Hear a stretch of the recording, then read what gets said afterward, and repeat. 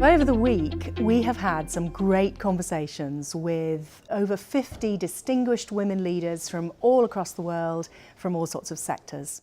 Concepts of innovation, Prozac leadership, is power a possession or is it a relationship? Some of them have been spontaneous conversations about the issues which we face in our various working worlds, and discovering the differences, but actually also the similarities. You look at an agenda and you have no idea really what it's going to hold. What knowledge are they going to impart to me? What am I going to discover by myself? So remember, you're in a room with all of these incredibly inspirational women. And just hearing their stories, even if the week was just dedicated to that, would be incredibly rewarding and enriching in itself. It's the best place for one to be at this moment to learn, especially coming together with women from different countries, from different nations, with different ideas, different background. It's a very rich program.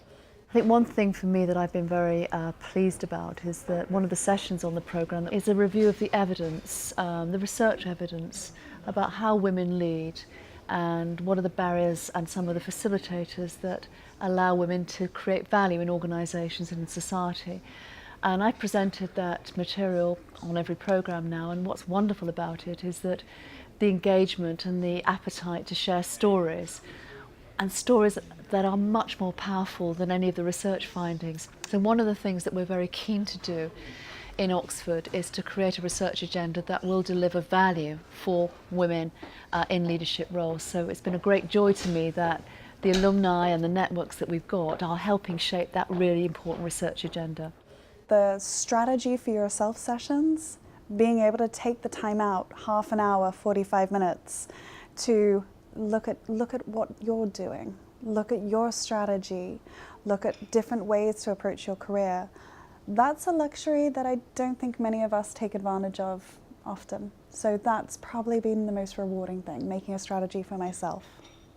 I chose Oxford because I thought it was one of the best sort of universally known institutions. So if you're looking for a place to find leadership, go to the place that has created some of the best leaders in the world.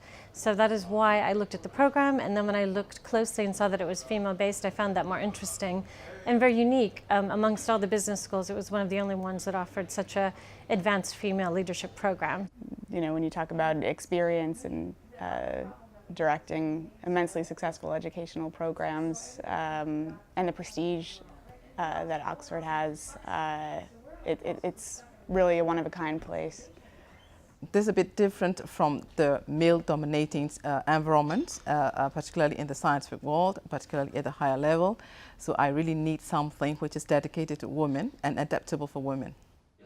Why Oxford?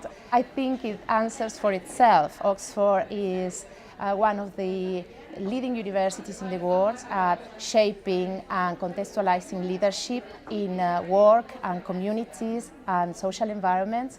It's something to be really proud of when you come to Oxford. I really love the emphasis of individuality here and the confidence that it's giving me, and I think others, to really lead with conviction and authenticity. I have to say that every day was really useful. Not just the pure knowledge, but it's the networking with the other colleagues and ladies, and understanding that some of the problems are just common problems across the specialties, and so not unique to cardiologists as I am, but to other women in other areas of the world, in other specialties as well. I fully expect that just as I'm now on this course after my boss, that next year there will be quite a few more people from my organisation coming, because it gives you this shared language. And you're learning the same lessons and you're applying them into your specific organization's DNA. And I think having that common language is very important.